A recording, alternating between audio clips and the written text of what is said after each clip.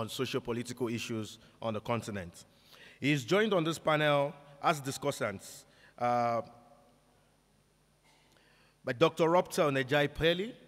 Dr. Peli is she's currently an early career fellow of Leverhulme Early Career Fellow in the Department of International Development at Oxford in the UK. She's originally from Liberia, and our area of focus currently is looking at development, socioeconomic development, South-South cooperation in countries like Liberia and Sierra Leone.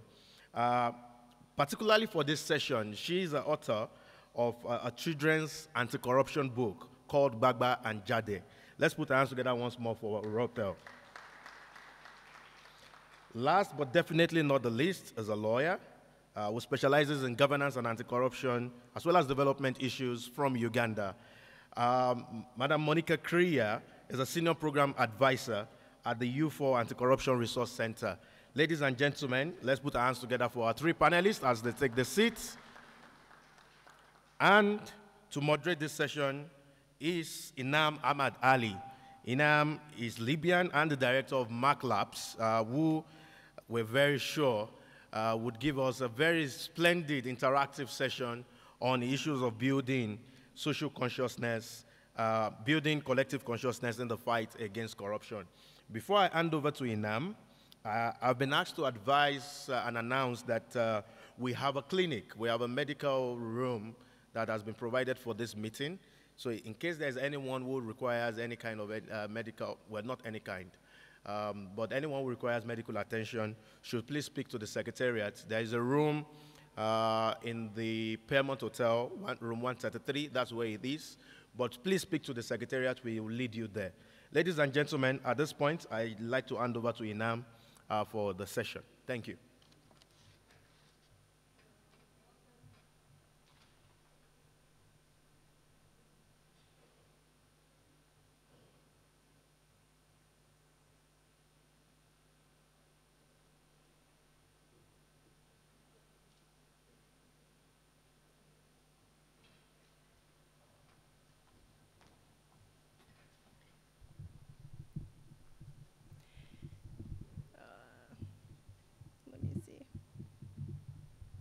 I'm not so tall, so it's going to need to go down a little bit.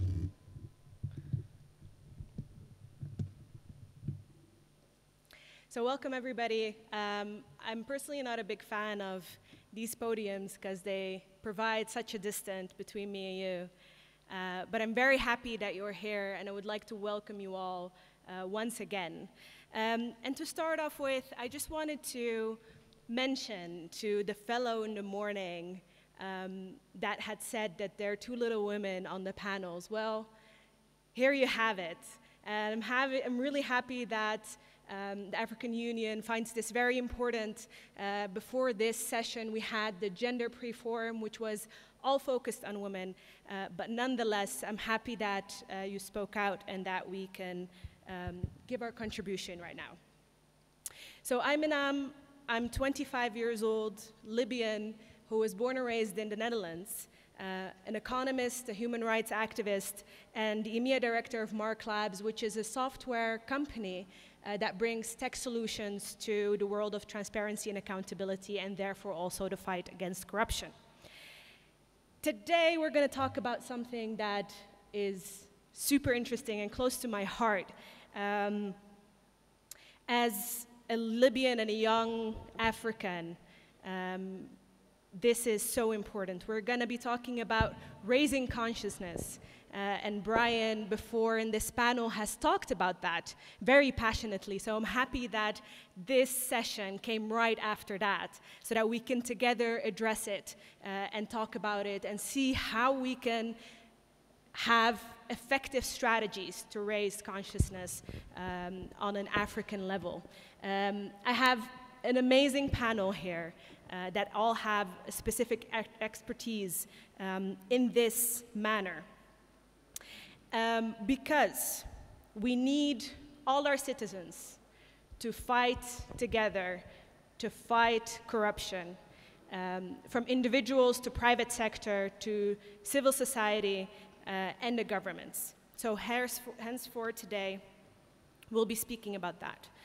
Lastly, we'll also talk about collective action and how we can transform collective consciousness to collective action. I want to just mention something briefly today. This panel we're going to do a little bit differently. We want to have much more interaction from your end. We're going to keep it very brief, and we are going to be opening the floor very soon to any of your comments. Once that is the case, we will also make sure to provide you with the guidelines for that. Ibrahim has introduced our amazing panel and has taken that over from me, so thank you, Ibrahim. But these people are phenomenal, and make sure that you pick their brains on all the questions that you have. So I want to give the floor to Mr. Godfrey, and we want to talk about how can we raise collective action, and from your expertise and personal stories, what are effective strategies that have already been used? Good afternoon. Good afternoon. I come from a background of satirical commentary or satire. My trade is a political cartoonist, but I've also produced satire on television, film, online content, and I'm also an animator by trade. Now, I think it's important also to note and to point out actually a bit of history about satire as a craft or as a tool. I think satire has always been known to be that tool, to be a tool that can be used to tell the emperor is naked. Now, in the past that I come from, that can be also a very dangerous thing. I have worked as a political cartoonist for the last 25 years. First at Daily Nation, Nairobi, Kenya. Then now I'm plying my trade at the Standard newspaper, which is also based in Nairobi. But I've also worked across the continent and also in some publications in Europe. I think the first point to point out is freedom of press. I think I have been lucky enough to ply my trade, lampoon all these political leaders, and offend political leaders simply because I was given platform to do so. And this is very important. So it touches on freedom of press. I've traveled across Africa. It's very important that what I do is not very possible in many African countries. And I very much, actually, I'm very humbled, and I understand my role. Of course, free press comes with its own price. I was also at one point forced to, I've faced a number of lawsuits because of what I do. I've been kicked out of my job. But at the end of the day also, it has been heartwarming to know that I've worked in publications, I've worked in organizations where I've been also defended. And so it's very important that I first point out that, however, if we are to raise the consciousness when it comes to fighting corruption, then it is very important that freedom of press is taken into account. I think also the other thing that I've been lucky enough is that it's in satire as a tool allows dialogue, allows people to dialogue. Satire can always speak things that ordinary editorial cannot speak. You can point out things that probably the newspaper would not point out bluntly. And I think because of that power, it goes beyond. It has always been able to push the envelope. It has always been able to say things that other mediums, cannot speak. So. Can you give us an example of a cartoon that you've made that has sparked conversation? I think there's a drawing that I did in 2005. I think it is part of the drawings that you will see here. And what I did basically is I did there was a spate of suicide bombers in the Middle East, and the majority of those at that particular point were women.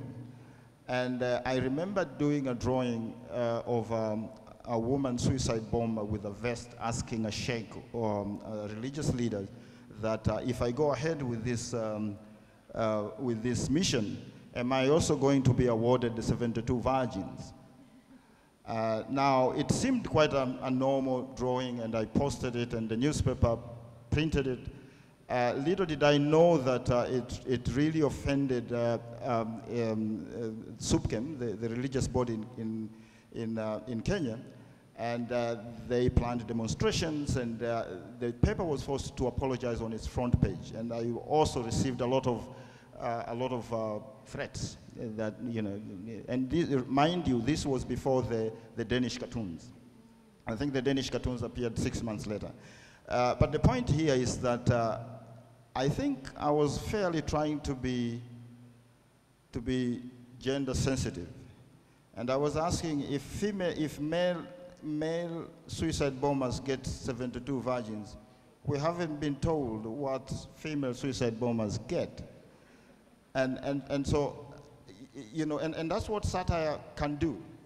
Asking tough questions, and of course, yes, sometimes satire offends, but it can be used quite positively in terms of actually raising some of these issues. So that is one of the incidents that happened to me. But over the years, I've gone through a lot in terms of dealing with the issues and the politics of the day and so forth. So I think that's one point.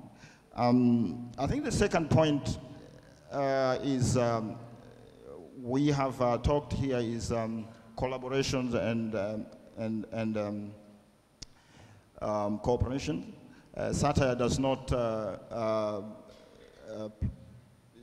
work on its own. I mean, satire is also a result of working in collaborative with other organizations.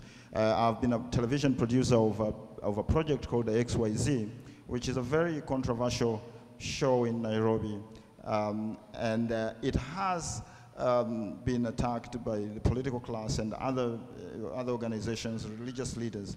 It's a big team, but we have been able to work with media houses and been able for the project to be published in many television stations. But also partnerships can go beyond that. TV stations, media practitioners. I think even governments and can work with non-state actors in terms of campaigns against corruption, for example, in terms of raising awareness, in terms of using different innovative ways of working, in terms of collaborating to come up with programs and projects that, because to be fair also, the government doesn't have the capacity to do all these things, especially when it comes to civic education. So it's very, very important. I think thirdly, this has been mentioned before, I think the issue of political will is important. Again, I've been able to do what I do, and my team and my colleagues, we have been able to do what we do because there has been a fair political will when we started working in Kenya. This does not happen in many African countries. Again, political will for many states and governments is simply to recognize and understand that these media practitioners NGOs, and rather you are, these are partners in terms of raising consciousness when it comes to fighting corruption. But I think it has been the reverse of what has been happening. I mean, most of the time, organizations that have carried campaigns have been harassed by state agents. They've been taken to court, and that has been quite unfortunate, I think, in my perspective. It has actually rather dampened the war against corruption to a large extent, and it has also, really. The people involved in these fights have been actually quite very much disheartened by such actions. I think, in my view, to wrap this one up so that I can give my other panelists time, is that in combining all these three factors, then it is only by combining these three factors that we will be able to raise the level of consciousness when it comes to fighting corruption. Of course, one of the big challenges that I would like to raise here is normally in the creative sector, and when it comes also to the film sector, to the tech, these are industries also that are not funded by government. Now, unfortunately, they are funded by donors, and you find that the very governments can sometimes restrict that funding. You have a huge, we talked about the youth bulge, we have spoken at length about corruption in governments, but also what is happening with the youth. The truth is, if you were to look at Africa in general, I think with probably the exception of Nigeria, that the creative sector is largely funded by donors. And it employs quite a number of a huge number of youth. But then you find the very African governments, again, for whatever reasons, they go and clamp down on this sector. They restrict funding. And why is that? I think part of it is political, but a great deal of it is also because of the vested interests that are there. If you look at the ministries in charge of taking care of the creative sectors, you find that the funding is very little, and that very little funding actually is subjected to huge, to a lot of corruption. And so what trickles down to the creative sector and other areas, whether it's tech, whether it is other innovative areas, is actually very little, and it leaves a lot of young people with no options. Yeah. So what you're saying is that it's actually not a priority for a lot of governments. Unfortunately, it has never been a priority, and I think that is always a problem that I've had. I think we also need to re-examine our priorities as Africa. I think I tend to contend that the creative sector, the arts and culture, should be at the center of our priority, should be at the center of what Africa is. I always keep with my creative writers and creative artists across the globe. We always laugh and say sometimes, most of the times, for whatever reasons, we tend to think that it is scientists who invented mobile phones and all that. No, it is writers and artists, many, many years before. And so I think we need, as Africans, also to rethink our thinking and our policy, and to organize our policies and our priorities around the creative sector. Thank you very much. Thank you so much, Gadu. I actually have a question for you in the audience.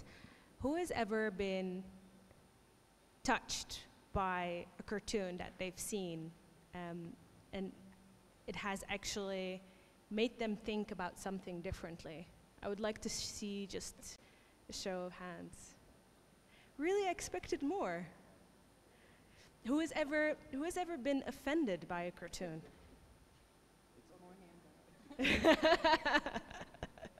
Well, that's okay, because that means that it does provide for a dialogue, and it is a conversation opener, and I think that is definitely a good reason to continue with the amazing work that you do.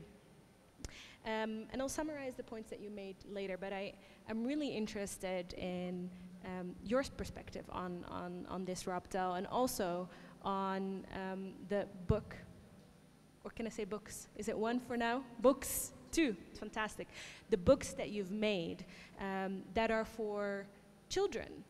And we've talked about this a lot. We've talked about education and instilling this consciousness and values in our children. And this is a super innovative way to do this. So the floor is yours. Sure. Good afternoon, everybody. Oh, I know you've just come back from lunch, but I'm going to need a bit more energy and oomph. Good afternoon, everybody. Okay, that's a little bit better. That's like it. So yes, my name is Robtel Nijay Paley, and what I'll do is I'll maybe comment on some of the points that Gado has made, and then I'll talk to you about my 2 anti-corruption children's books. So Gado made the point that art and culture should be at the center of pretty much everything we do, right? As Africans, that is an important tool, and I think sometimes it's an uncultivated tool in the fight against corruption that I think we've used as an untapped kind of resource. Now, 100 years from now, when we all have perished from this earth, if there are aliens visiting from the continent, outside of the continent of Africa, and they arrive in Botswana, or they arrive in Libya, or they arrive in Liberia, or Kenya, or Uganda, or wherever else we find ourselves coming from, they're not going to ask who your 43rd president was. They're not going to ask who made the most interesting political statement 50 years ago. They're going to ask, who are your artists? You know, where are your books? Who are your writers? Where's your visual art?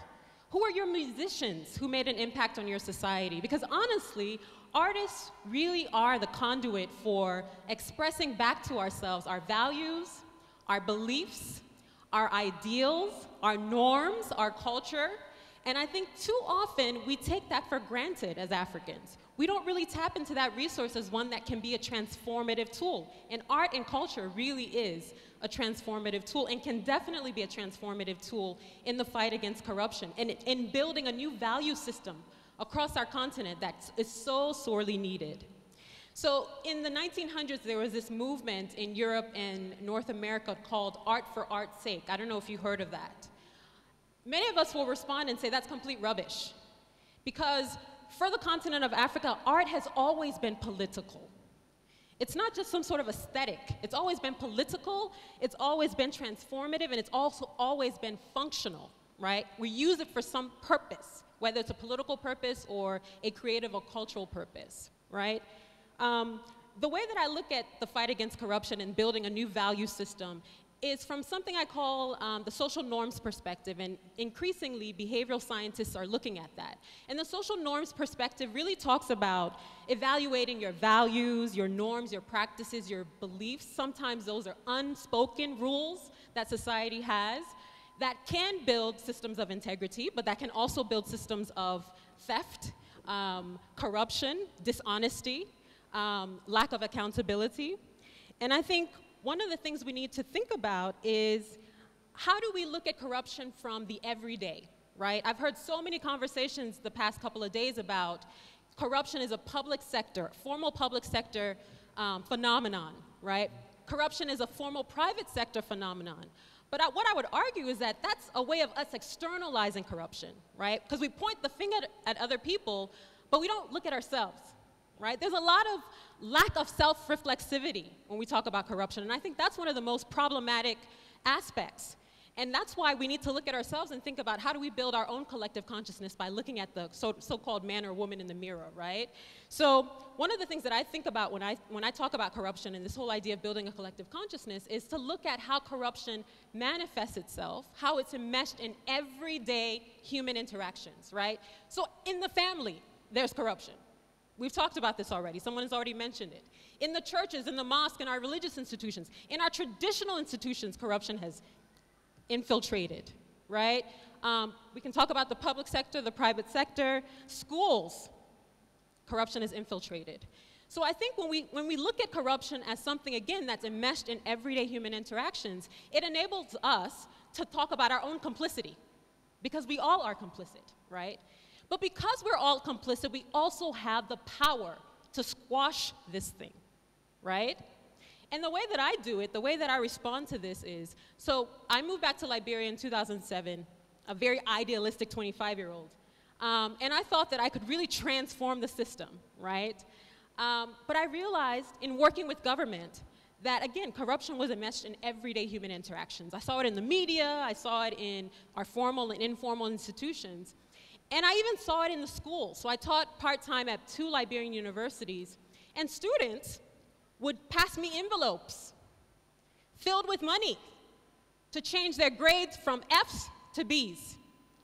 And I would say, at the end of the day, I'm not a magic maker. I can't change a grade from an F to a B. I certainly am not Jesus. I cannot turn water into wine. But what was interesting to me is that, when we talk about corruption, we don't talk about young people as being complicit in that corruption, right? And I feel like, in many ways, young people at universities, young people in high schools have already been schooled in the ways of corruption. So I really wanted to focus on children. And people say to me, well, why are you focusing on children? They can't change policy. But that's precisely it. I'm not interested in changing policy. There are enough policies and regulations on the books, as we've already talked about. What I'm interested in is completely reconfiguring those norms, those values, those ideals, those beliefs. And the way that I do that is I give children, through this anti-corruption children's book, Bagba, that I've written, it means that bad thing in the local language, one of our 15 local languages, Bassa. And the sequel of the book is coming out in 2019, early next year, and that book focuses on integrity, jade, which means truthfulness and honesty and accountability. And the reason why I focus on children is I'll give you a classic anecdote. And we've probably all heard this story, and Liberia has become folklore, where a young child and his mother are at home, and they receive a knock at the door. And the mother peeks out the window and realizes there's somebody outside that she actually does not want to see. So she tells the child, please tell Auntie so-so-and-so that I am not home. The child says, okay, Mama. He goes to the door, opens the door, and says, very emphatically, without a hint of irony, my mother just told me I should tell you that she is not here. Now, I expected more laughs than that. But the reason I tell this story is because I think fundamentally, children are inherently honest. They're refreshingly truthful until we begin to socialize them to be dishonest and untruthful, right? We socialize children to lack integrity when they naturally have integrity. There are a number of psychologists who talk about the fact that children between the ages of 8 and 10 begin to develop an ethical and moral code, right? And we can cultivate that ethical and moral code, or we can completely erode it. So my children's books are an attempt to have a national, continental, Pan-African conversation with children across the continent about what it means to be not only accountable to self, but also to community, to nation, to continent, and to globe. And the way I do that is I focus on a few things. The first thing is I think in order to build a collective consciousness around corruption or against corruption, we've got to change the language of corruption. We use these European languages to talk about this cancer in our society. But what about local languages? So I use Bagba and I use Jade, and it's now become local lexicon. So people are not saying corruption in Liberia. They're using Bagba and they're using Jade. There's a Kenyan author by the name of Ngugi wa Thiong'o, whom I admire greatly. Ngugi writes all of his novels in Gikuyu, his local language. And he says, quite emphatically, that when writers write in European languages, what they're essentially doing is they're putting their ideas, the ethos of their beliefs, into a linguistic prison, right? And I didn't want to put this national conversation with children in Liberia, but then children in the continent writ large, in a linguistic prison by using English, right? So the first book, the title is in Bassa. The second book, the entire book is translated into Bassa. So we've got 2 languages, right? I think the other thing Gado mentioned also is the whole idea of collaboration, right? No single individual can build collective consciousness against corruption by him or herself, right? We've got to come out of our silos, start having conversations beyond, the political sort of class, needs to have a conversation with the artists, right? So what I've done is, with this book, with the really great, generous donation from the Open Society Initiative for West Africa, I've done partnerships with local artists. So for instance, the book has been translated and adapted into a song as well as a music video that everybody has access to if you have internet, right? It's been played on the local radios. And I've collaborated with Takunje, who is a really famous political artist and a singer who uses his song and his medium to really create really politically conscious ideas across Liberia. We've also translated and adapted the book into a 5-minute radio drama because we realized that a lot of people won't have access to the physical book, right? They won't have immediate access to the physical book.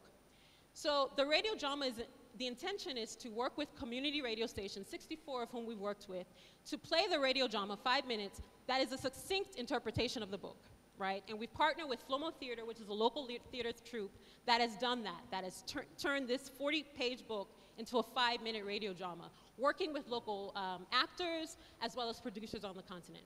The other thing we've done is we've transformed the book into a full-length stage play, because we know, as we all do, that we get a lot of our messages from theater, right?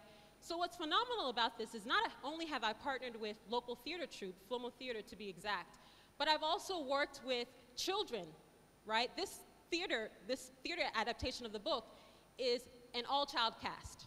So children are not only acting out the stories, but they're getting to know what corruption means, they're getting to have conversations about ethics, they're getting to have conversations about accountability through this exercise of training in the theater. So those are some of the examples of what we've been able to do. One of the other things that I think is really important is partnering with government, because I think sometimes artists think of as government as the enemy, in the same way that government sometimes thinks of artists who are politically conscious as the enemy. So what I've done is, I've also partnered with the Ministry of Education in Liberia, and they have done a phenomenal job of adapting the book and putting it on the supplemental reader list for 3rd to 5th graders across Liberia. We've piloted the book in 2 regions, and the idea is to take the book across the road to the 15 regions of Liberia. And then beyond Liberia, we've also gone to Ghana and pitched this to the Ghana Education Service. They put it on the supplemental reader for primary 3. We're coming to a country near you. And the idea is to make this, again, a Pan-African movement, a values revolution from below, using children, for me, as a really important conduit for changing norms, changing beliefs, changing values, changing ideas about corruption, changing ideas about integrity and accountability and honesty through the narrative lens of these 2 characters in the book, Bagba. So I hope you'll help me in this values revolution from below, and we can certainly have conversations about how it's important to build collective consciousness through an untapped resource. And for me, that untapped resource is the children of Africa. Thank you so much. Thank you so much for sharing that. And I want to request all the individuals that are here from African leadership to connect with Robtel, and let's push this through the Pan-African system, because our children are the most valuable assets of our future, and we need to start building consciousness over there. So please do. I urge you, she will be here today and tomorrow, and connect with her. I wanted to actually add one more thing that we haven't touched upon, and that is our youth and the age of social media. And when we talk about role models and setting a right example, for children that is often their parents, but currently for young people, those are the influencers on social media. And they have tremendous reach. They often have more reach than any TV station that you can think of. And we need to start tapping into that. The private sector does that really, really well. They do humongous campaigns with these young people to promote their products, to sell more things. But there are also a lot of NGOs and organizations that are picking up on that movement. So I want to also urge you to think about that as a strategy to build consciousness. These young people really do look up to them, and actually change course. I know that, for example, for the US midterm elections, there was a huge movement on social media to get more young people to vote, and more young people have voted than ever before. So let's learn from that and make sure that we mobilize all the young people we have here in Africa, because they are the leaders of tomorrow. I want to give the stage to Monica. She will be talking to us about collective consciousness from a research perspective, which is, of course, something very fundamental. Good afternoon, ladies and gentlemen, Your Excellencies, and I guess I have to say that I observe all the protocol. I'm not very good at that. Maybe I'll remind you, it's been some time. I am Monica Kiria, and I work at the U4 Anti-Corruption Resource Center. U4 is a think tank that was established as a collaboration of bilateral development agencies or bilateral donors. And our role is to comb through the research and find how it is relevant for policy and practice. So we do our own research, but we also look at research that other people are doing, and we try to bring that to the world of policy and practice. So yes, I have great respect for artists like Gado and activists like Rob Tell, who, you know, are doing the heavy lifting of trying to change our consciousness. But I thought I would say just a little bit about some of the recent research around corruption and what it says.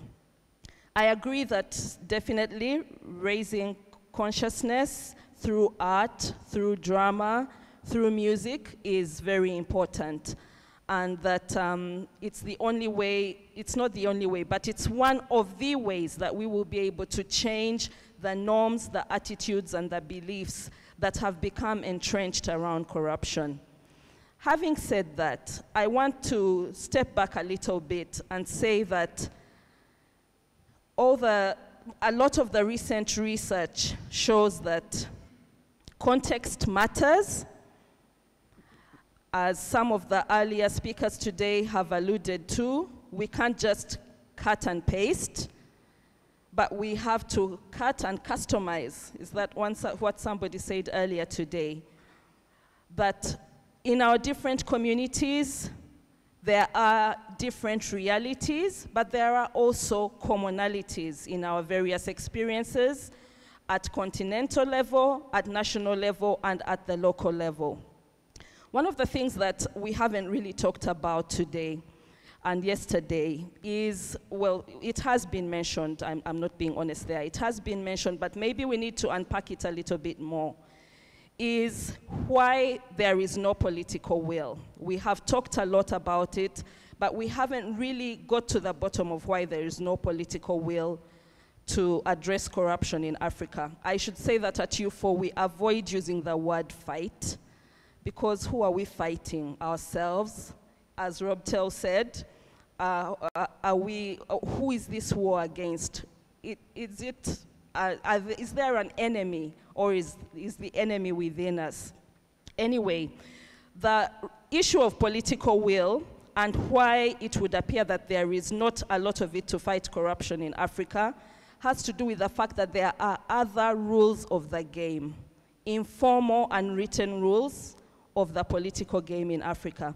Some of the earlier speakers talked about how that unless we begin to understand the state in Africa and the states that were bequeathed to us at colonialism, and how those are central to how we understand corruption and how we address it, we will not be able to make progress.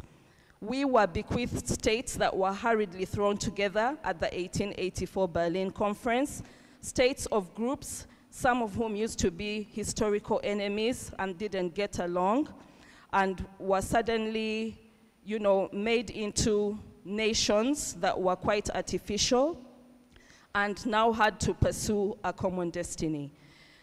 Those of you who are interested in reading and who like to read, I urge you to look at the Effective States and Inclusive Development Program at the University of Manchester, which looks at a theory called political settlement theory. We have a lot of unfinished business in Africa. We have not yet agreed to stop fighting and pursue inclusive development. In many countries, there are different groups that are still fighting for power. Although they might not be fighting with guns, there is still a lack of an elite pact, a lack of an elite bargain that says we are in this together and we are going to pursue national development together. This lack of a political settlement then manifests itself as corruption because there is a tacit, unspoken agreement among elites that those who are in power can hold on to it and everyone else can steal where they can, and then corruption becomes the glue that holds these fragile elite coalitions together. So that's something for us to think about. Is corruption buying our peace? If you look at the Corruption Perceptions Index and the state index of state fragility, it's the same countries that are on both parameters. The most fragile states are also the most corrupt states. And what does this say to us? It means that we need to rethink how we are as elites. I think all of us here in the room can safely be identified as African elites. What are we doing about inclusive development? And have we put in place an informal or even a formal agreement that we are going to pursue national development together in the nations in which we have found ourselves? So those informal rules of the game that prevail, that allow some politicians to get big kickbacks from international companies that seek to rob us, are not the only problem. There are other informal rules that work beneath the formal rules, even at bureaucratic level, at community level. There are many things that we need to unpack there. There are social norms around what we expect of each other, what we expect of public officials. Someone earlier in the morning mentioned that there is a norm where we expect that someone who is educated and in public office should have a certain kind of lifestyle. We've talked a lot about lifestyle audits, but we haven't checked ourselves and the kinds of norms that we have created around lifestyle, the expectations that people who are educated should have certain status symbols, and that if they don't have those status symbols, they will be looked down upon. And that creates immense pressure on people to behave corruptly, to steal from state coffers, to try and line their own pockets so that they can fit in with their peer groups. There are other social norms around reciprocity, which some of the researchers are starting to talk about. We all know it. It's not a bad norm. It's we talk about it sometimes in derogatory terms. We say, you scratch my back, I'll scratch yours. But reciprocity is a norm of human relationships since time immemorial. How can we use that norm and to promote accountability, to promote public services that work for us? The other norm that comes into play when we think about our states and the fragility is the norm of solidarity. From my own country, Uganda, sometimes when big men are caught with their hands in the state still, or they have been accused of receiving huge kickbacks and criminal prosecutions are instituted against them, what happens is that elders from their home village, from their home district, will mobilize themselves and go to State House, that is where the president resides, to plead on behalf of their son, to say that, could you please forgive him because he's our son, and you see he does all these things. So thieves are Robin Hoods. A lot of big thieves are Robin Hoods. They steal to give back to the people. But how can we use this solidarity that we have in groups? We already have it, and we already accomplish a lot of good things through this norm. We are able to throw, you want me to stop? Have I gone on for too long? No, I don't want you to stop. On the contrary. Yeah. I'm actually very curious onto your perspective of how we can then use this solidarity to work in a positive way. Okay. How can we use the norms of solidarity to work in a positive way? I think a country that's been researched that has good examples is Rwanda. And we heard a little bit about it yesterday from the Honorable Minister of Local Government and Public Administration. Rwanda shows us how we can close the gap between the formal and the informal. Because one of the things that they have done is to look back into their own culture, their own customs, and try to dig up and re-emphasize positive traditional norms and practices that promote integrity, that promote public service, and that promote, public accountability. So they have something called imihigo. Correct me if I'm wrong. I hope that the Rwandese people in the room will add to what I have to say. But imihigo is a performance contract that public servants in Rwanda assign with their communities and with the head of state that they will uphold integrity and serve their communities. They also have Itorero, which I believe is a kind of a forum where young people are taught about patriotism from a historical perspective. Apparently it used to be a forum for young people to be trained in statecraft. So each of us in our different communities, and some of the earlier speakers alluded to this, we do not have to copy everything European. We have norms that are good. Reciprocity and solidarity aren't bad. They do not necessarily promote corruption, but how can we use them to promote integrity and to promote inclusive development?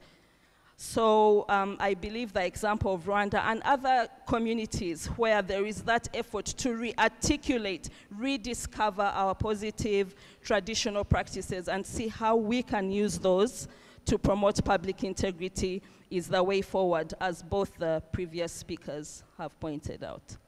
Thank you so much, and thank you for this fantastic perspective. Yes, thank you. So Gado, I just want you in a brief 2 minutes to give your thoughts on what the two ladies have said before we open the floor for questions.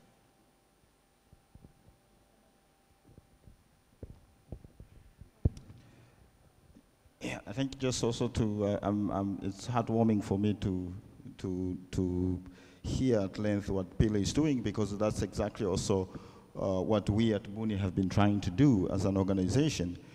We have been busy trying to create children's content. A lot of our children, especially in the affluent and middle income African families, they watch Cartoon Networks, they watch, and these are Western influences. And so for the last 10 years also, we have been trying to produce content for children that is African. Of course, that's also very difficult because also you're competing with these very multinational companies which actually they have a lot of money. But I couldn't agree more in terms of actually starting from the grassroots. I would like to emphasize that, yes, I think it would be futile to think that satire on its own or artists on their own can change society. I think they are part of the society, and more often also we have seen also artists that are pretty much used by the politician to corrupt the very youth that we are trying to reach out. So we have to be cognizant of that and know the limitations of satire, know the limitations of what artists can do. I think that to me is it's very very important. I also very much agree with Monica, especially when it comes what can we learn from from Africans. I think most of the time, again, is that we have this copy and paste mentality, that we have absorbed everything that we take from the West. Again, I'll give an example of, as an organization, Buni Media have worked across the continent. I think we have collaborated immensely with Nigeria. We have actually done a project in Nigeria. And this is very interesting. I'll give you an example about Nigeria. A few years ago, we got to talk with artists. My co-founder, we went to Nigeria, and we said, look, we have done this very successful project in Kenya. Why can't we do it in Nigeria? And with our collaborators, we found 3 Nigerian writers. We trained them, and then we worked with them. And we ended up producing a program with about 30 or 40 artists, all done in Nairobi. But we could work with, we worked with writers in Lagos, and we would Skype, because this was a weekly program. We would Skype during the week and produce the show over the weekend and broadcast it online the following weekend. And because it is a political content, this it's called Ogas at the Top. Because it's a political content, it creates a lot of energy and discussion in Nigeria. But very little Nigerian knew that actually the bulk of the project was done in Nairobi. And so there is a lot that we can share. There is a lot that we can learn from each other. To date, we have continued to work with Nigerian writers in other projects. We have worked very well with the Magamba Network in Zimbabwe. We have worked with artists in South Africa. So I totally agree with Monica that we can definitely learn from each other, and we do not necessarily need to take all these examples from the West and you know apply copy and paste, or even from other African countries. But certainly there are things that we can learn and take from each other. Fantastic. I completely agree. I think it's very important that we really contextualize and take the context into consideration, because from community to community, sometimes from village to village, the social norms are different, and we need to take that into account before we move forward. I'm going to open the floor for questions, and we're going to do it a little bit differently. We're going to take 2 questions at a time, 1 from each side of the room, and we're going to keep it to 2 minutes. I'm going to give you a mark at 30 seconds when you have 30 seconds left, and then at 2 minutes again. So I want you to really be straight to the point, because we want to have everybody's contribution, and we want this to be a lively and vivid conversation. So please raise your hand if you have a contribution to this panel. The lady at the back with the glasses, that's one, and the mister at the very front, please.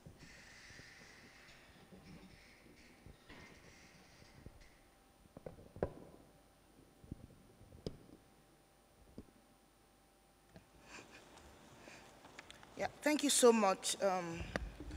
My name is Uche Idoko. I'm from Nigeria. My questions are for Dr. Robtel. You talked so well about working with children, very impressive, what you're doing. But my question is, 1, how far have you been able to measure your progress, the success? Because I know children are fun-loving, and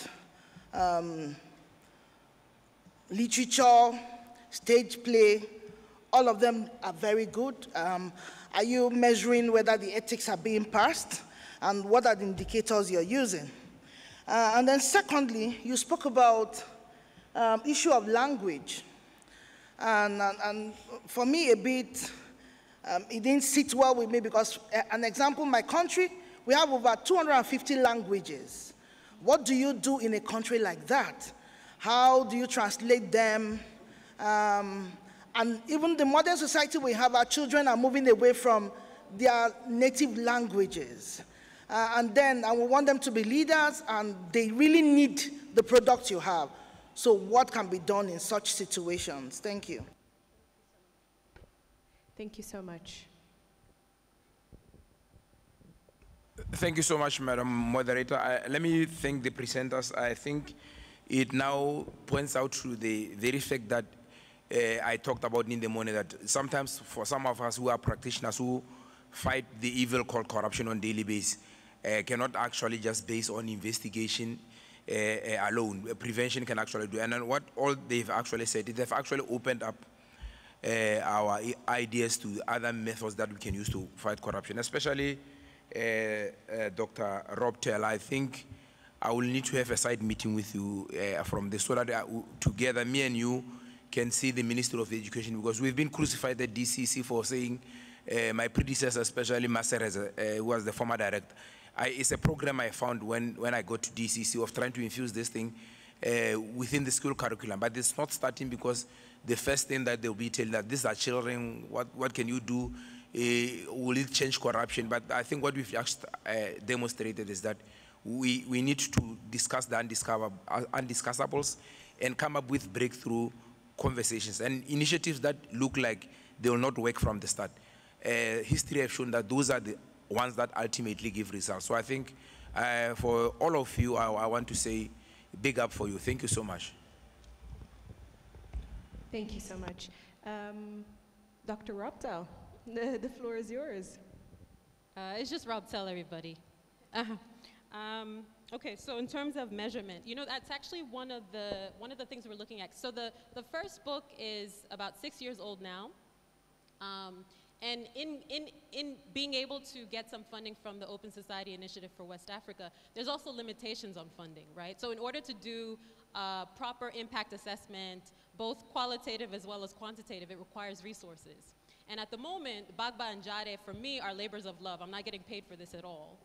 It's something that I really, really fundamentally believe in. So the next phase before, or right after we launch the sequel of the book, Jare, is to do that, to do a longitudinal study looking at what sort of impact has this had in the 2 regions that we've launched the book and piloted the book in schools, in Bassa as well as in Montserrado County. And then to use the sequel as a measurement to figure out whether or not both books together will have a measurable impact more than one book will. So it is something that's in the pipeline. We haven't done it yet, but I think the biggest impact for me that this book has had is the fact that the Ministry of Education recognizes it in Liberia as a supplemental reader, and that the Ghana Education Service is now signed up to it and says, yes, we want to roll this out in schools across Ghana. I've also had conversations with ministries of education in Chad, in Burkina Faso, and I'm looking at the West African sub-region right now because that's where I want to begin and then spread out a bit further. I've also had conversations with ministries of education in Cameroon, in Cote d'Ivoire, and they're all very interested in it, but they've said our national language or our national language is not English, Robtel, so if you can translate this into French, then we might be able to have a conversation. Beyond that, I think just the European languages, people have also come to me and said, I want this translated into Swahili. I want this translated into Hausa. I want this translated into Malagasy. So there is, I feel like, just a huge appetite for getting the book translated into languages that are our own, in addition to the European and Arabic and so forth and so on. So why has that not happened yet? Resources. Funding? You've got to be able to pay. I mean, that's the other thing about the creative industry is that we think that this is an industry where workers shouldn't be paid. You know, artists also need to live. So if we're going to translate them into 6 or 7 different languages, we need to be able to find the resources to pay the translators. We need to be able to find the resources to pay the illustrators. And again, that's in the pipeline. People have even come to me and said, oh, I think this is a brilliant idea. We should change this into an animation. So maybe Gado and I can have a conversation about what that would look like. Or even a board game to teach children about ethics. So there are all these different sort of multimedia approaches that you can take to the book. But I take your point, and it's something that I've definitely thought about and is in the pipeline in terms of measuring impact, qualitative as well as quantitative. Language, yes, that's a very difficult task. Yes, so Nigeria has, you said 250 different languages. But beyond that, I think there are also language families, right? From what I remember of reading, Hausa is a language that's spoken not only in Nigeria, but also in other West African countries. So if we say we want to use Hausa as a model, or we want to use Swahili that's spoken widely in East Africa as a model for translating this book, then I think we can use the language families in order to do that. So I think that would be my response, is that not thinking about the 250 languages, some of which are mutually intelligible, but looking at the larger language families.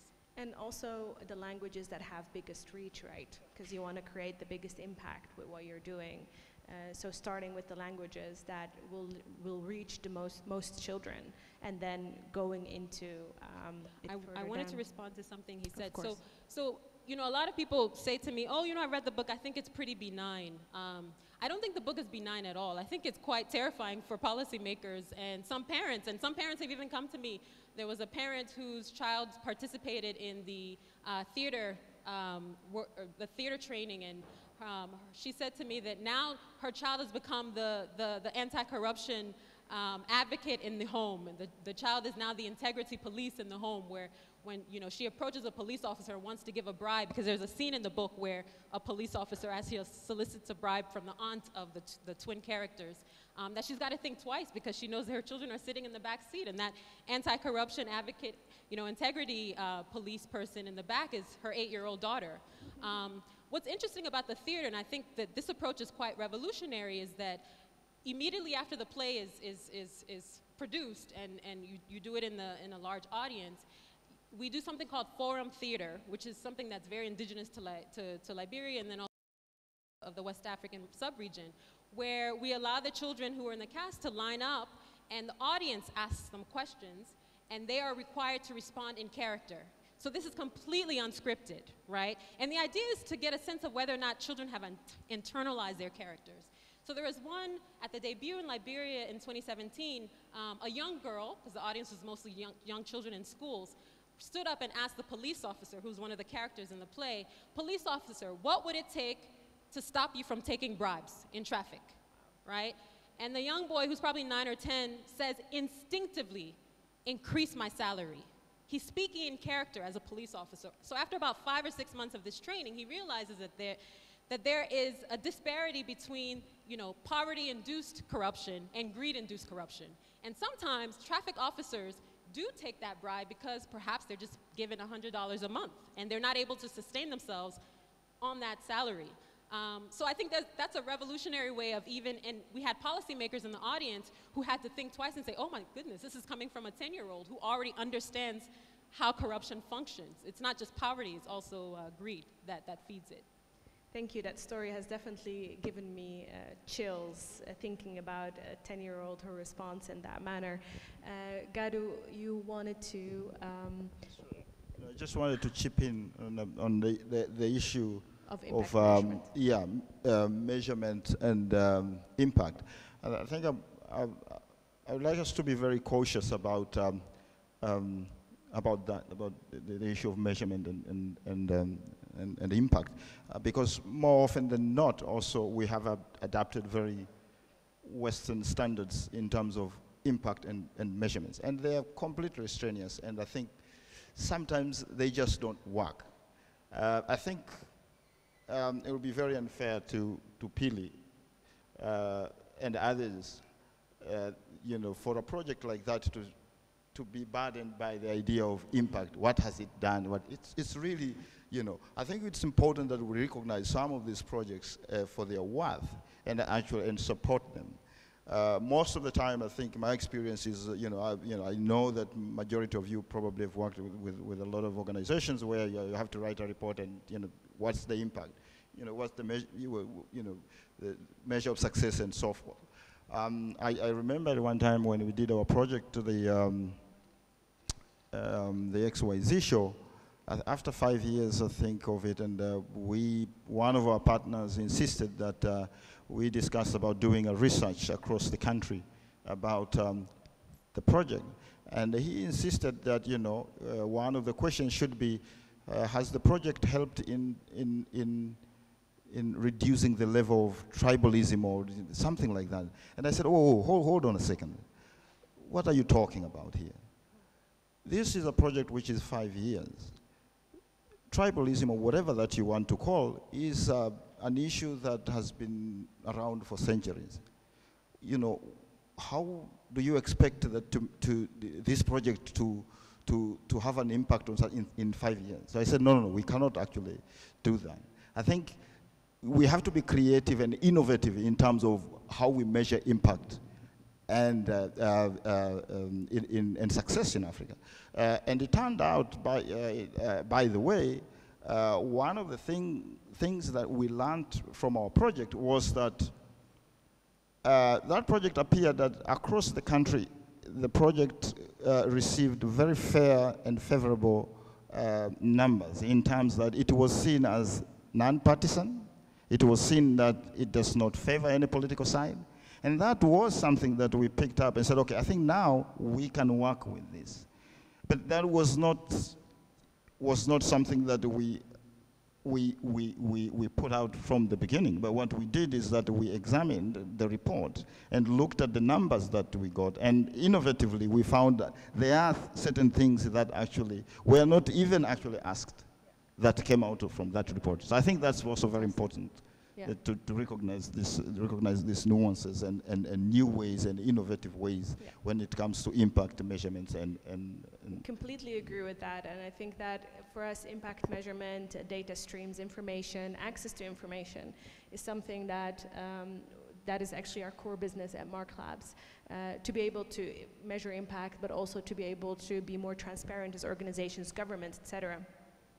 And looking at impact measurement from an innovative way, there's a lot of technological ways to make it easy and also less burdenous for reporting. And it doesn't have to be a full-fledged research right away. It can be much more cost-effective ways if you have the right technology and the right infrastructure to be able to do that. A small example, you know, you can use images and machine learning to be able to deduct certain information out of that. Well, you don't need people at all. So we're going to open the floor again for questions. Madam here at the front, and the Mr. in the blue suit right here. Thank you very much for the presentations. My name is Rose Sarets. I was introduced earlier on by Mr. Paledi. I'm the one who handed the hot seat to him. I'm sorry, could you speak a little bit louder? It's hard to hear you. Okay. I was saying my name is Rose Sarets. I was introduced earlier on by Mr. Paledi. I'm the one who handed the hot seat to him, and he's enjoying it so far. My question is to Godfrey. On the freedom of press, you mentioned about the freedom of press. How do you balance the need to expose corruption as opposed to the risk of premature release of information, that which sometimes the media will release it when you as an anti-corruption agency, you still believe it's very confidential and need not to be released at that point in time? Because we once had a situation whereby we arrested a media house because they had released information prematurely, in our view. Within a few minutes, the whole office was packed with members of the public, you know, other media houses fighting for this journalist whom we had arrested. But the issue is really on the balance between release of information and also the need to keep it sensitive and confidential. Thank you.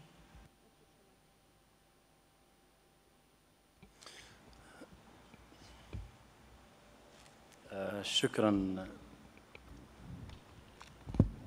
Will you be speaking in Arabic? Yes. Can you please use the technology? Thank you. 1 second, please.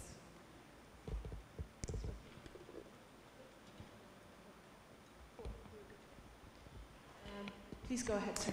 شكرا سيدة مديرة الجلسة على إتاحة الفرصة، وشكرا لمقدمي العروض على العروض الشيقة التي استمعنا إليها. لدي فقط سؤالين صغيرين. الأول موجه إلى السيد كادو. لا شك أن الفن هو رسالة إنسانية، يعني تؤدي دور كبير في توعية المجتمع وإلى تسليط الضوء على العديد من القضايا، ولكن ما هي حدود متى يبدأ ومتى ينتهي الفن؟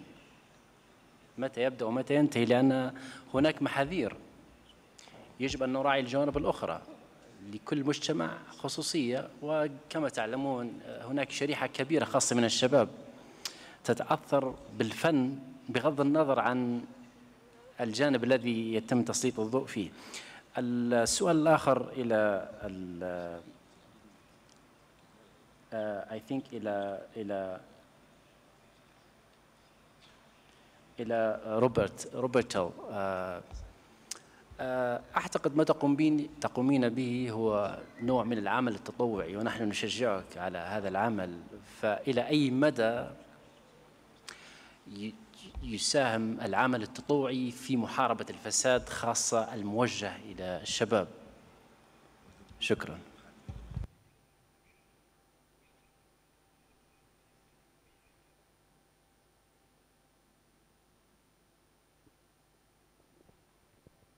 Great, fantastic. I'm going to take 2 more questions. Is that okay? So one from each side. Who wants to ask a question? The lady at the back in white and the lady here at the front in gray, please.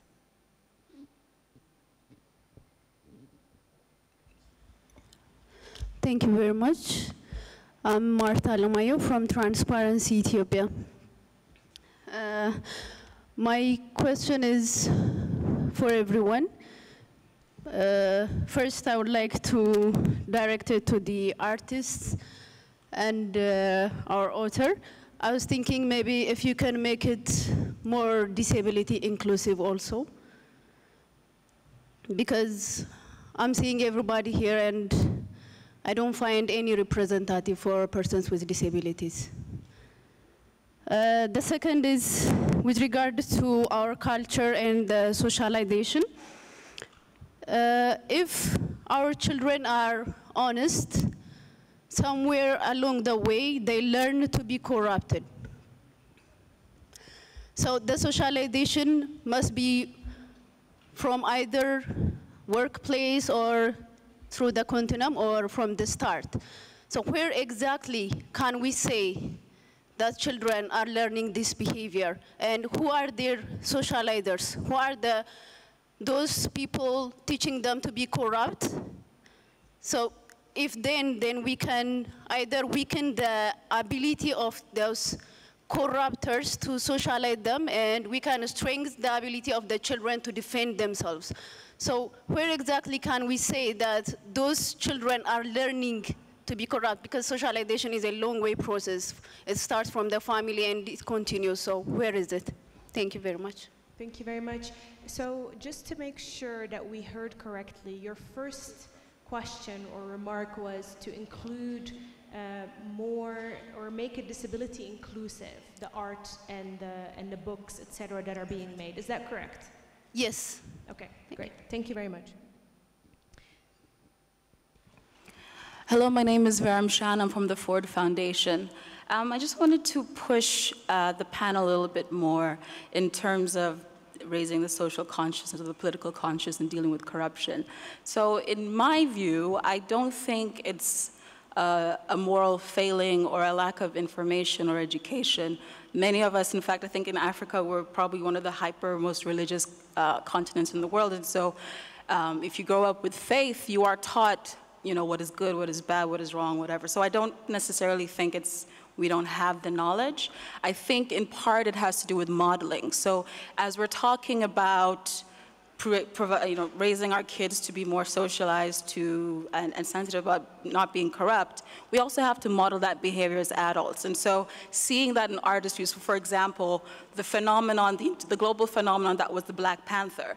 I mean, that film that came out and showed Black people as from a strong nation that was, you know, groundbreaking, had fantastic technology, was an example to model and raise up and to be excited about, it captured every black person's imagination on the planet. And it's changed the conversation about how black people perceive themselves and are perceived. So I'm more interested in how can art be used to raise up and model and differently think about Africans, because frankly, the mainstream narrative is that Africans are corrupt. And so for truly to challenge that, I don't think the thing is to say that we have to start with young people. It's about raising up interesting and creative new models using art.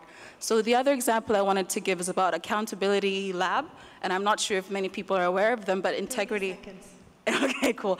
And they have something called the Integrity Idol, where they actually use, following the pop idol format, they find civil servants who are championing anti-corruption methods in civil service. And they raise up those models for people to actually see and respect, et cetera.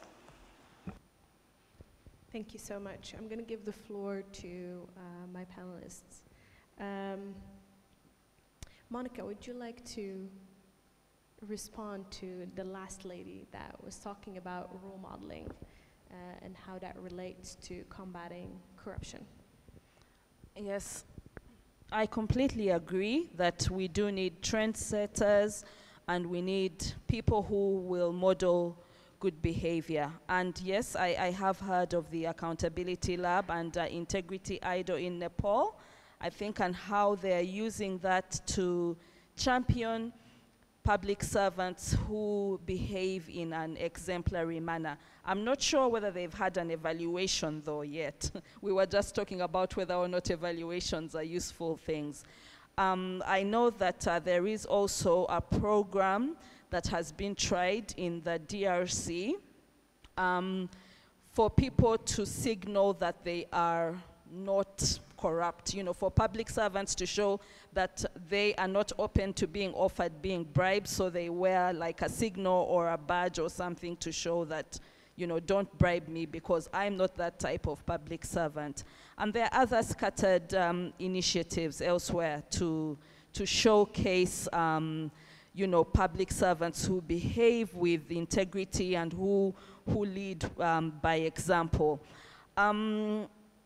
I don't know, though, whether, you know, it's something that you can have it as these islands of integrity in the public service, a few people here and there trying to set examples. If you can actually, you know, yes, you can have incremental change. I guess radical changes are difficult to implement. We can't just have one magic bullet that will do away with corruption in one fell swoop, but incremental changes like that of having people who show a good example, bottom-up approaches that are in particular organizations or particular sectors, I agree, might be the way to go in the face of the difficulty of how hard it is to have a radical change. That kind of radical change can usually not be implemented without regime change, to be honest. So yeah,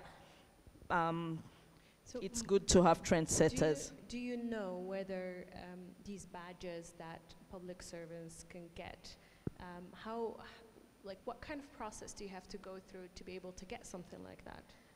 Well, I have to say with maybe some regret that this was a donor-funded project by USAID in the DRC, and so the badges were from the project. You know, they took some public servants and they trained them, and they gave them this badge that they could wear to show, don't ask me for bribes, I'm not that sort of public servant. Yeah. Great, thank you so much. Gado, you had several questions that were posed to you. I think from the lady who asked about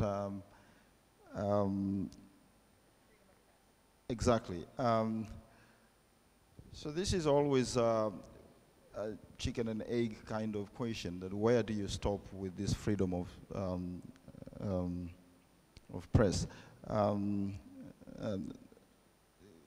You know, in the end, I think the interesting thing about SATA is that SATA has this license that it can speak and say things that probably other mediums will not do.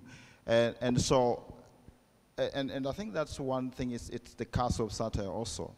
So yes, when you have certain issues, satire is able to navigate quite easily and speak about them in a manner that other mediums cannot do. Now, obviously, one of the things about satire is, of course, it pushes boundaries, and we have to live with that. That's the one curse of satire. Sometimes it offends and it pushes issues. It pushes the envelope. So more often than not, I think that one is used against satire, in the sense that to say, oh, you see what you have done here. I believe satire, culture, they will always evolve, even when religious matters are concerned. So at a personal level, I live with that every day. I think there are issues I choose not to.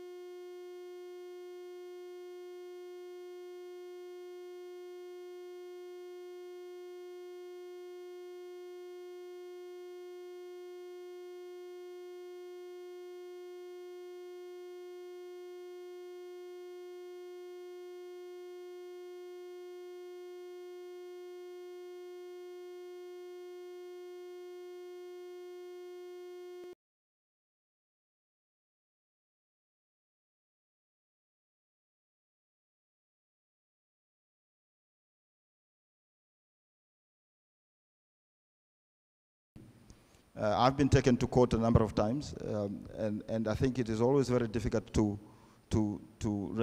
expound on a cartoon in court. A cartoon, the good thing about satire is also that it means different things to different people. Exactly. And I think that's something, that strength that is not used with practitioners and also the society at large. So it really depends on the person that sees them, what they see in them. Definitely. Yeah. And also to define then where the boundary is of what something is okay or not. Yes, but we have to be careful about the boundaries. I think the issue of boundaries is that the discussion is always, from my little experience over the years, the discussion misses the point. Boundaries would always be pushed. You know, we should start from there. I think to what extent boundaries will be pushed, you know, how they should be pushed, I think that is actually should be the discussion. And even history has shown us that whether in religious issues, whether it's in the church or in mosques, boundaries are always pushed, you know, and that's what satire has always done. So I think we should not discuss about pushing the boundaries. That will happen. 10 years from today, I'm very much sure that, you know, the society and the issues in Tanzania, where I come from Tanzania, but I live and work in Kenya, is that things will not be the same, hopefully. Simply because, again, satire, culture, arts, they've always moved, they've always progressed. Exactly, they've always been pragmatic in their nature. Yeah. And I think the challenge for us, we have always tried to create all these boundaries around them, which is actually quite, for me as a practitioner, quite flabbergasting and quite strange, because that is not the nature of the medium. Thank you so much. Robtel, there is a few questions for you. Perfect. Hello. So I've been told by the translators that I'm speaking too fast, so I'm going to slow it down. I think the first comment that I want to make is just a clarification comment. I think a lot of people are interpreting Bagba and Jare as an attempt to teach children about ethics, and that's actually not what I'm doing at all. What I'm doing is I'm giving children the verbal tools to have honest conversations in a very safe space about how the confusing ethical codes of the adults around them have an impact on their lives. So that's the intention, is not to teach children about ethics, because as an illustrated example that I gave, I think children are more honest than the adults in their lives. And the attempt that I'm trying to make is to change that socialization process so that they don't become jaded, that they don't become socialized into corruption, that they keep that refreshingly honest, inherent capability to tell the truth very boldly and very honestly without fear or favor. That's the intention of the movement and the sort of revolution from below. So what I'm essentially arguing is that children are the ones who should be modeling the behavior, that we can learn more from children than they can learn from us, right? And I know the tendency when we talk about anti-corruption and values, education, as well as accountability, is that children need to learn from the adults in their lives. So the examples from the book, there are two characters, a girl and a boy, and you'll find by reading the book that the twin characters in the story are actually the moral compass of the book, because I fundamentally believe, naively or not, that children are the moral compass of the world. And again, they can teach us about honesty more than we can teach them about honesty, because quite frankly, I think we've become so disillusioned and so jaded in our thinking that we think in so many ways that we rationalize our dishonesty. And that's why I kept saying that we really need to be more self-reflexive in how we are complicit in perpetuating corruption, even though we constantly point the finger at the public sector official, the private sector official. So in terms of model behavior, that's how I respond to that. To what extent can volunteering work? I think for me it's worked in the sense that I'm not expecting anything in return. And I think the revolutionary aspect of that is that I'm not getting paid to do this. Again, it's a labor of love. And for me, it's expanded beyond my wildest imagination, that people are coming to me and asking me to translate the book into Swahili or Malagasy or Hausa. For me, I feel like that voluntary passion and compassion for the continent and the continent's children is something that can have a really transformative approach. Disability inclusivity, I take your point. None of the characters in the book are disabled, but I will make the point that in the sequel of the book, going back to the point of model behavior, essentially the first book is a how not to manual, right? And the second book is really introducing integrity and accountability as a way of life, right, as a lifestyle change. And in the sequel, you have 3 or 4 examples of model behavior where, again, a police officer in the traffic is actually giving people tickets for bypassing traffic rules. And so you see that juxtaposition between the first book and the second book. And the idea, again, is to really enable children to have a conversation with their parents about what this means, to have a conversation with their preachers about what this means, their moms about what this means, their schools, their teachers about what this means and how it affects them. There is something in behavioral psychology called the identifiable victim. Quite often when we think about corruption as this sort of abstract thing, we don't really think about how it affects whom, right? So through the 2 books, what I'm attempting to do is to use children as the identifiable victim, right? So when children start talking about how corruption adversely affects them in their home, in their churches, in their mosques, in their schools, then I think adults will be embarrassed, possibly, into living more authentic, ethical lives. So that's the point of the books. Thank you so much. We're opening the floor one more time for questions.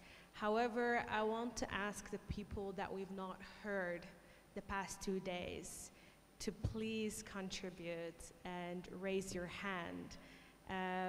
So in that sense, if anybody hasn't contributed the past 2 days, I would love to hear from you. Oui. Sorry? Merci, madame. Moi, je suis Aristide Djenda, je viens du Togo, société civile. 1 second, sir. 1 second. Are you speaking in French? Yes. Okay, 1 second, please. Je parle français.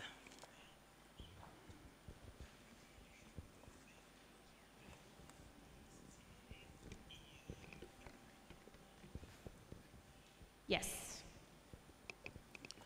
Non, merci. Je voudrais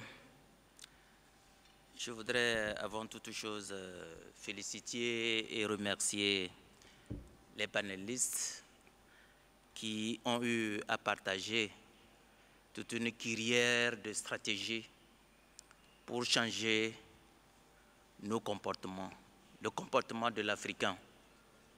C'est vrai que c'est la solution. Quelqu'un a comparé l'Afrique à l'Asie. C'est bien ça, parce que si l'Asie a pu se transformer, c'est parce que justement, elle a travaillé à changer les mentalités. Donc c'est pour ça que je salue ce panel et tous ceux qui l'ont animé. Ceci étant, moi je voudrais poser la question à la dame qui repose le changement de comportement à travers les enfants. Je crois que c'est une très bonne chose. Ma question d'abord, c'est de savoir quelle est sa stratégie de pénétration des enfants. Est-ce que c'est à travers les écoles? C'est quoi exactement sa stratégie pour pouvoir pénétrer les enfants et s'assurer que dans un pays, elle pourra impacter une masse critique des enfants adultes de demain pour pouvoir opérer le changement. Comment elle compte vraiment mesurer cette masse-là d'enfants dans un pays adulte de demain pour finalement avoir le changement de comportement attendu. Merci. Si elle peut nous partager son expérience, c'est une bonne chose. Stratégie de pénétration. Merci. Thank you so much. We'll take one more question from this side here. Thank you, Ms. Chair. Well, I would like just to share an experience in Transparency Morocco. We, in our long run to participate in good governance, our members have thought about how to combat corruption through culture. and we gathered many artists, poetry, sculpture, painting, and so on. And the result was a book. So since 2012, we use this book to influence people. There are locution, there are adverbs, there are in different languages also, the Arabic, the Amazigh, which is local and native language. And we will be pleased to share this experience with our colleagues in other countries in Africa. Thank you. Thank you so much for your contribution. Mr. at the back, he had a question about how do you reach these children? Could you elaborate on that very quickly? And then we will turn back to the rest of our panel to give our closing statements. And then I will make a brief summary of what we've discussed today. Sure. So I'll talk about how I reach children, but then also adults, because again, the message of Gbagba Njari is not just for kids, it's also, in fact, it's particularly for adults, because again, children, I think, are the models and the moral compass of the world. So I mentioned the fact that I had a multimedia approach, right? So you've got the written text, the actual physical book itself, that we have been able to pilot in 2 regions of Liberia. The idea is to take the book to all 15 regions of Liberia and to pilot it in schools. So we've reached about 30 to 40 schools so far, and the idea is to, again, spread it across the country and then do the same thing in other countries across the continent. But the book just doesn't, the physical book for me wasn't sufficient. I really needed this to reach beyond just the school setting. So we made the book into a song, a music video that's available online that anybody can access. In fact, it's had, I think in the past 2 years, it's had about 7.5 thousand hits. The other thing is we've made the book into a radio drama, which has not only been played on community radio stations as well as commercial radio stations, but also online. So anybody outside of Liberia can access the radio drama. And then the stage play has also been videographed. So we have that online as well for people who didn't go to the debut and the tour that we've done across different regions of Liberia. So the penetration, I think, is quite wide because of this multimedia approach that we've taken with the book beyond just the written text. And then also, I think the collaboration that I've had with ministries of education in Liberia and Ghana enables me to access schools, access administrators, in a way that I wouldn't be able to if I didn't collaborate with these formal institutions in the public sector. Fantastic, thank you so much. Monica, I would like you to start with your closing statements and anything else that you would still like to communicate to these amazing audience today. Thank you. Yeah, I wish that there was some sort of magic that could solve corruption, or something really deep that I could say. I've really been scratching my head and thinking, what can I say that's deep and meaningful and will have, that people will remember, and I came up empty. But I think I will echo what some of the previous speakers have said today, and that is that we have to calm down and first try to understand exactly what we mean when we talk about corruption, and that we cannot lump petty bribery together with illicit financial flows and the huge kickbacks that enable multinational corporations to get licenses to mine and do other economic activity in Africa. I think that even as we talk about changing consciousness and the fact that, yes, all this behavior is brought together by lying, cheating, and stealing, as Robtel says, we need to, first of all, stop being so judgmental, because human relationships aren't so neat that we can draw a clear line between the state and civil society. We can't draw a clear line between public servants and civil society activists.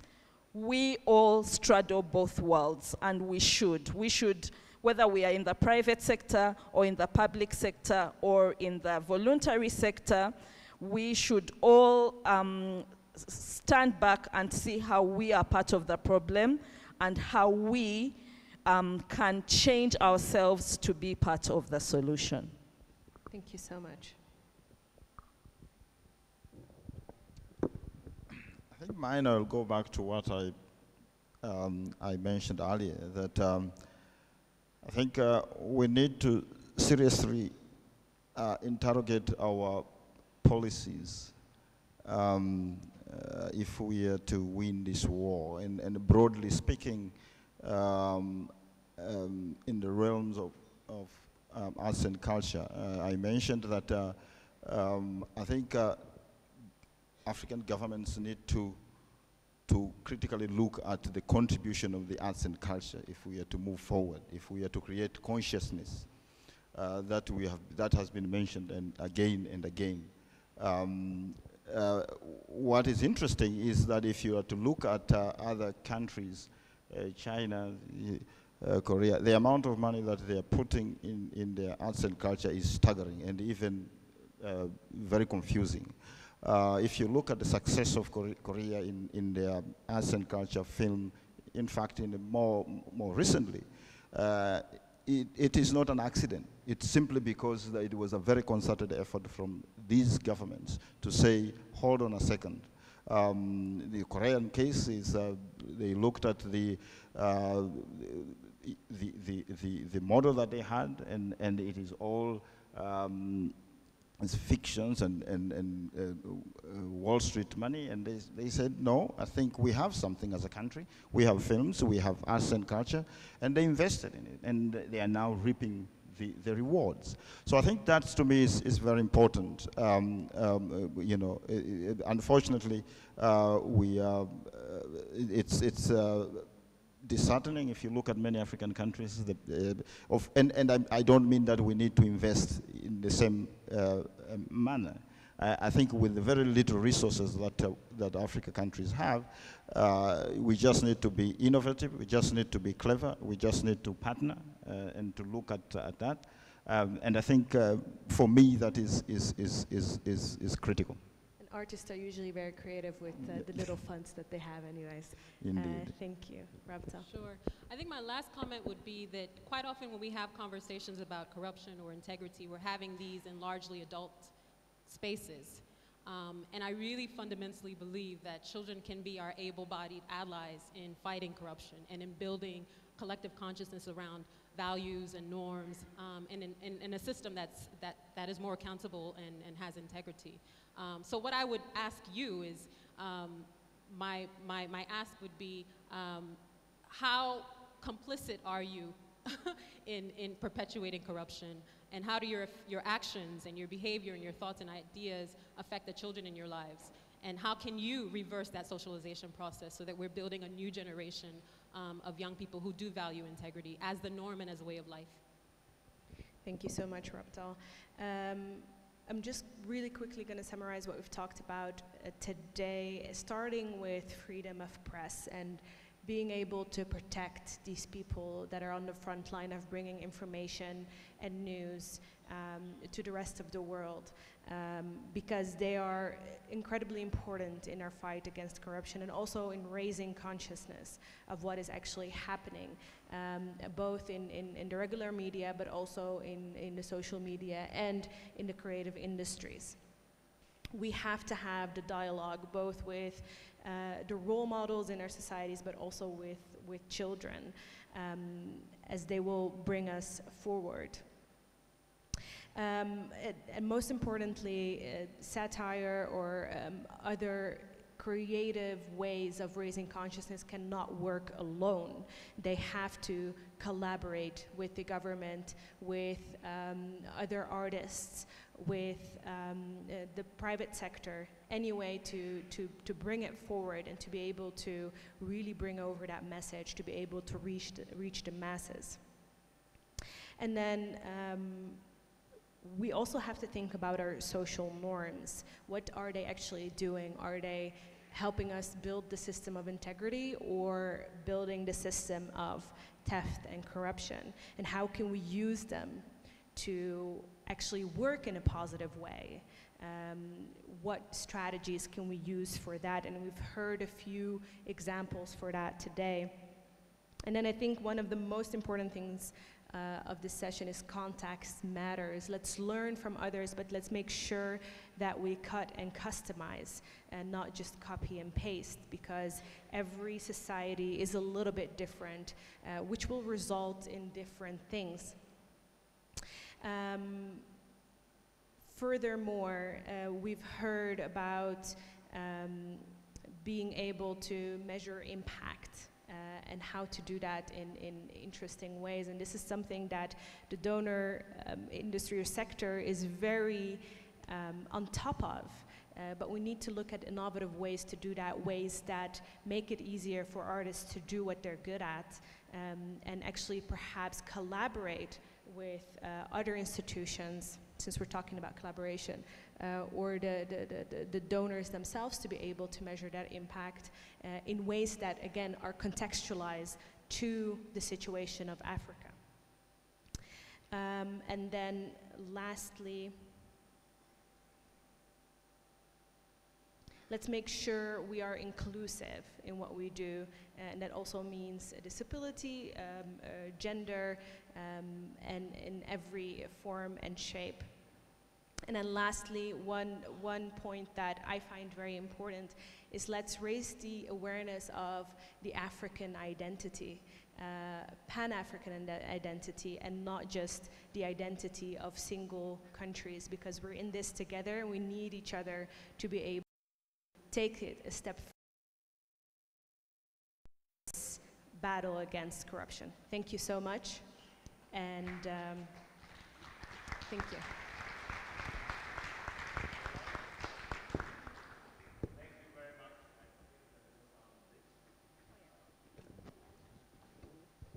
Thank you very much, Enam, and to the entire panel, Monica, Gado, and of course, Robtel.